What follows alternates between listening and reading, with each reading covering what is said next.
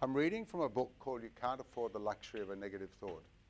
It's a book by John Roger, who's an American, and Peter McWilliams, who's an Australian. And he might be an American by now, but he was an Australian. They wrote a whole series of books. John Roger's written, I don't know, hundreds. This series of You Can't Afford the Luxury of a Negative Thought and Do It and Wealth 101 and Life 101, they're all bestsellers. And they're all right on top of, they've been on top of the best-selling list in New York for a long time. This is one of the best books that I've ever read, and it's about 200 or 300 ways of moving forward in your life, no matter what the situation is. Very practical book. Have a thumb through them. They're over there, and you can get them in bookshops. They're a bit cheaper here, but and it's got this section on the light on it. Now, let me read it to you. The concept of light as a gift from some place greater to humankind seems to be ageless and universal. It spans time, geography, and belief. It's central to almost every religion and spiritual practice. In approximate historical order, let's look at how light is viewed by the major religions of the world today. Hinduism, one of the oldest religions in the world, has over 500 million adherents. It was founded around 1500 BC. One of its sacred texts says, "Lead me from the unreal to the real. Lead me from darkness to light. Lead me from death to immortality." Light is equated both with the reality and immortality. Enlightenment is a Hindu's highest goal. Judaism was founded around 1300 BC. There are approximately 17 million Jews in the world today, almost half of them in North America. Jewish scripture is abundant with references to the light. And here's one. "In the beginning, God created heaven and earth, and the earth was without form and void, and darkness was upon the face of the deep, and the Spirit of God moved upon the face of the waters.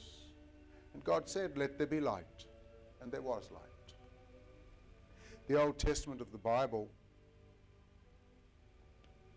the sacred text as well as the story of the chosen people, includes some of the most beautiful references to light ever written. "And the Lord went before them by day in a pillar of cloud to lead them the way, and by night in a pillar of fire to give them the light. Lord, lift thou up the light of thy countenance upon us. The Lord is my light and my salvation, whom I shall fear. Whom shall I fear? The Lord is the strength of my life. Of whom shall I be afraid?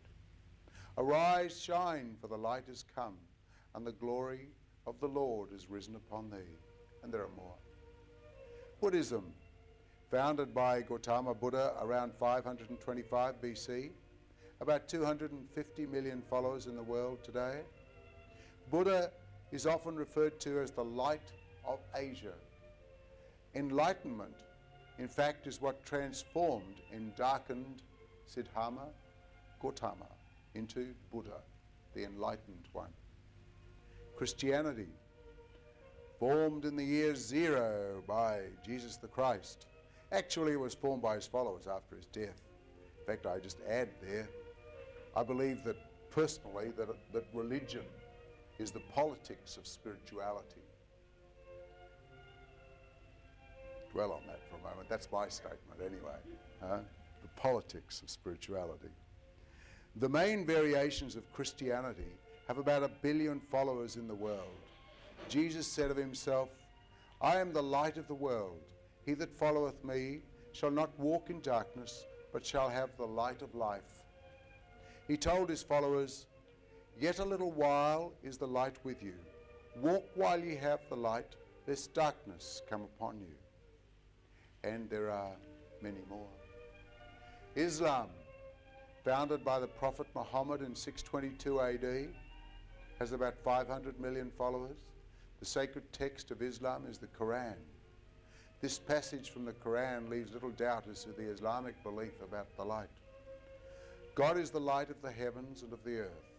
His light is like a niche in which is a lamp encased in glass. The glass, as it were, a glistening star.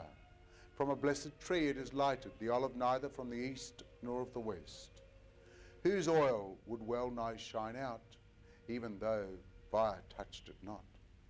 It is the light upon light. God guideth whom he will to his light, and the God setteth forth parables to men. The Native Americans in both North and South America had many religions, but most have a common thread of the Great Spirit, Mother Earth, and the various colors of light.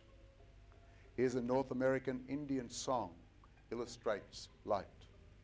May the warp be the white light of the morning. May the weft be the red light of the evening. May the fringes be the falling rain. May the border be the standing rainbow. Thus weave for us a garment of brightness. And there are more. If all this talk about God and light isn't quite up your avenue, how about ancient philosophers? The Greeks liked light. Pindar wrote, "Creatures of a man, what is a man? What is he not? Mankind is the dream of a shadow.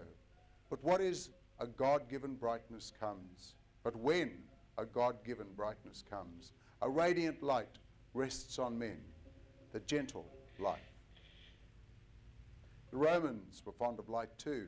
On a dark theme, I traced verses full of light. Touching all the muses' charm, wrote Lucretius. Not happy about Greeks and Romans and pagans, how about poets? Dante in the early 1300s declared that Beatrice shall be a light between truth and intellect. 350 years later, Henry Vaughan calmly informed us, "I saw eternity the other night, like a great ring of pure and endless light, all calm as it was bright, and around beneath it, time in hours, days and years, driven by the spheres, like a vast shadow moved, in which the world and all her train were hurled." And Wordsworth, and Lord Byron, and Emily Dickinson, and Robert Burns. Enough of poets, what about artists? All the artists, there's many of them. Many, many references to light. And one of the reasons that we work with, or that I work with light, and I have it in the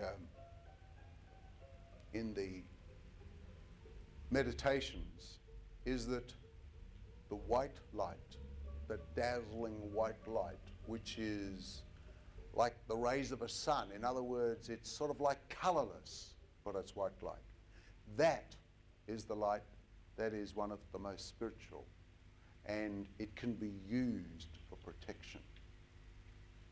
It can be used for your own personal protection. It can be used for a lot of other things, and we'll have a little bit of fun with it afterwards and have a look at how we can actually use it to get us a parking place. Right. Anything else, and lots of other things too.